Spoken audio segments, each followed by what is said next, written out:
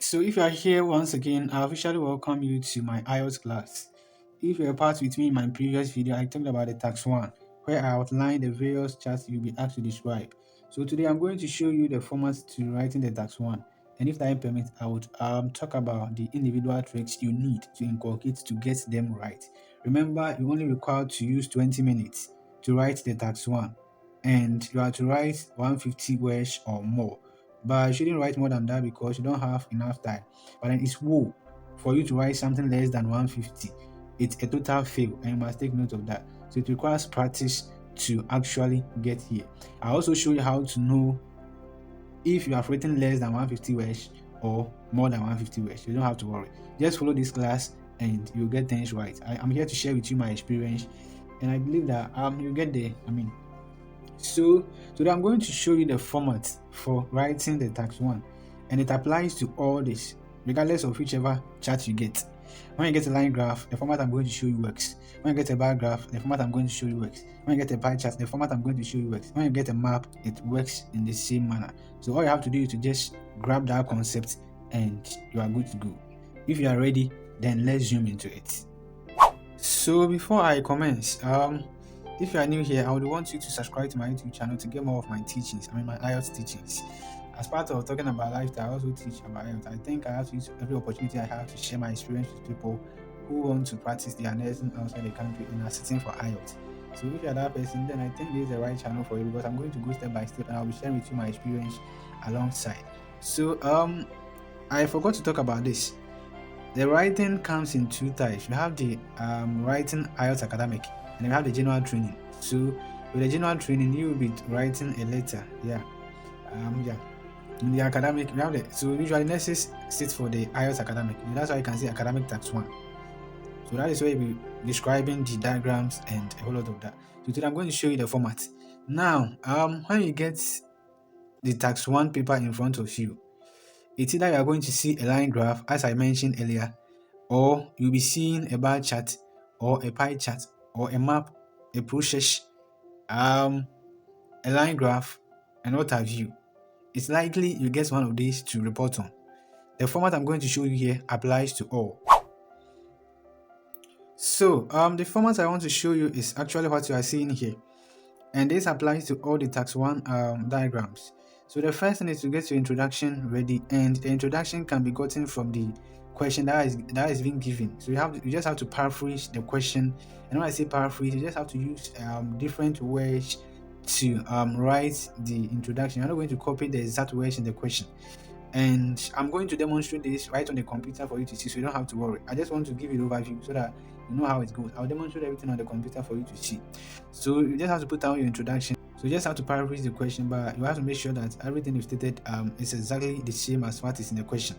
The next thing is the overview. The overview here is you have to actually look at the general impression of the diagram and talk about it. So usually with overview, you have to talk about two distinct things about the diagram.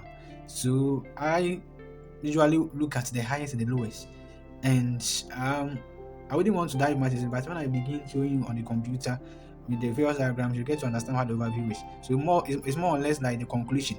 People usually prefer to bring the overview after the body, but I don't advise you do that. Usually go by this method. After introduction, write the overview. And as I said, the overview is the general thing you see about the diagram. At least you can still have about two of them in here, and you are good to go.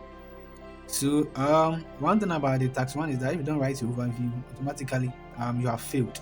So that is why it is advisable that right after the introduction you write your overview. Now when you are done with your overview, you come to your body. You see every essay should have a body, and even if I should talk about the tax 2, you realize that you have to write a body. So the tax 1 too has body. And here it should be structured in paragraphs: paragraph 1, paragraph 2, paragraph 3. I usually limit myself to paragraph 2, meaning that I only consider the body having 2 paragraphs just to save time, because you only have 20 minutes to finish up the tax 1 and you have to write 150 words. So per my practice, I realized that usually when I'm at paragraph 2, I'm actually due for the 150 words. I don't have to bother, or I don't have to waste time writing another paragraph. So the paragraph 3 comes in when you actually believe that the number of words you have written is not up to 150 words. I hope that is really understandable. Yeah. So basically, at the end of your tax 1, you should have at most 5 paragraphs and at least 4 paragraphs. It's as simple as that. So the introduction forms one paragraph, you have to form another paragraph, and your body you get about 2 paragraphs or 3 paragraphs, making a total of 5. So without wasting much of time, we don't take to zoom onto the computer and then demonstrate how these things works. So come with me. So I'm going to demonstrate to you how to write an introduction using the question on the screen. So this is actually a bar chart. So if this is your first time seeing a bar chart, this is actually how it looks like. So you can get this and we ask to give a description of it. You understand? So per the format I showed you, the introduction, overview, body, I'm going to go step by step for you to get a concept. If I'm here to share with you my experience, I want you to grab the whole thing and crush the writing test once and for all, because it pays to actually fail writing test in IELTS. You shouldn't afford to fail.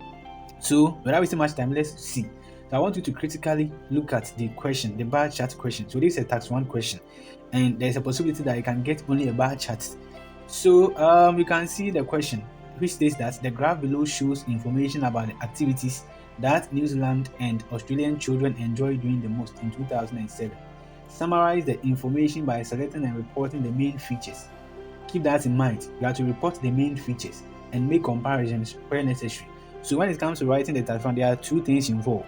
You have to report on the main features and you make comparisons where necessary. So they actually want to see if you can actually perform or report, if you can see and report well on the diagram, as well as make the necessary comparison. So these are the 2 things you must keep in mind. Now with that done, I'm going to show you how to write the introduction. So you can see a lot of illustrations here. So as I said, you have to paraphrase the question, and the question is what I just read. So you have to paraphrase that. To paraphrase that, you have to change most of the words in the question. So you can see that I have about 3 different introductions here for the same question.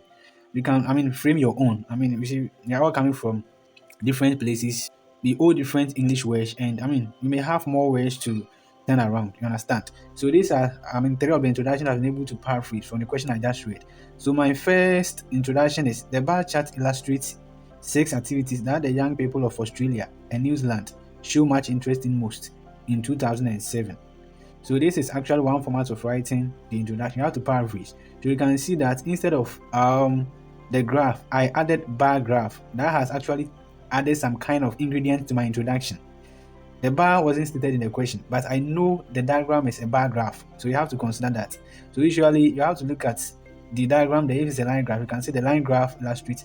So this is one way to paraphrase. I've added something that is not part of the question. That shows that I'm good at the English language. Now let's move on. You can see that I have represented illustrates with shows. In the question, it says the graph below shows. So instead of the shows, I have replaced it with illustrates. So this is another way of paraphrasing. So what I used to do is that I usually had 3 words. That meant the same as shows. So one of them is illustrate, represent, demonstrate. So you can choose your own, so that as and when they come forth, you just have to change them and you are good to go. So you see, the introduction is not that difficult. If it's difficult, leave that in the comment section and let me see. I want to hear your comment about this. So you can see that in the question there was nothing like 6. But I can actually see from the question that the activities the Australian people are interested in are 6. And they are art and craft, making 1, books, computer games, DVD, going to park, and sports. So that is why I added the 6 activities. So this is one way of also paraphrasing, adding things. I'm looking at how the diagram goes and then adding in accordance. So the bar graph illustrates 6 activities that the young people. So instead of Australian children, or instead of children, I replaced that with young people of Australia and New Zealand. Shows much interest in. So it says enjoy doing the most. So you can see I have paraphrased most of the words in the question have been changed considering my first introduction. So that is how you paraphrase. You just have to change some of the words, but it should mean the same as how it is in the question. Now let's move on to look at the second introduction. The bar chart. So there's only one chart there. Represents. You shouldn't forget your subject-verb agreement. It's very, very important. Your introduction is your first impression. The very moment they spot a mistake or a grammatical error in here, it gives them the impression that you are not good at the English language and that you are going to make more mistakes in the body. So you just have to memorize or just practice how to write your introductions right, because that's the first impression. I know first impression counts, right? Yeah. So the bar chart represents 6 interesting activities. So you can see how I've turned the whole thing around. Six interesting activities that are mostly done in 2007 by New Zealander and Australian children. So you can see that I've also turned the second introduction around. I didn't copycat the words in the question. I changed them. That means that they have been well paraphrased. That is the meaning of paraphrasing. That is how to paraphrase your introduction. So you look at the question and then you paraphrase them, you structure them in a way that means the same as how it is in the question. Now let's move on to look at the third introduction. The bar graph shows data. So in the question, it says the graph below shows information. So in place of the information, I have represented that with data. The bar graph shows data regarding the activities enjoyed the most by Australian children and New Zealanders in 2007. So there are lots of ways to write the introduction, but just that you shouldn't copy the words verbatim. When you do that, the impression is that you are not good at the English language and automatically you are failing.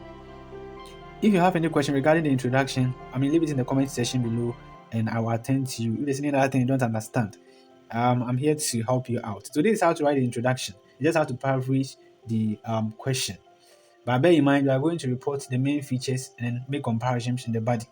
So the next thing I'm going to show you is to how to write the overview. This is very, very important. It's one of the, should I say, the engine or the heart of tax one.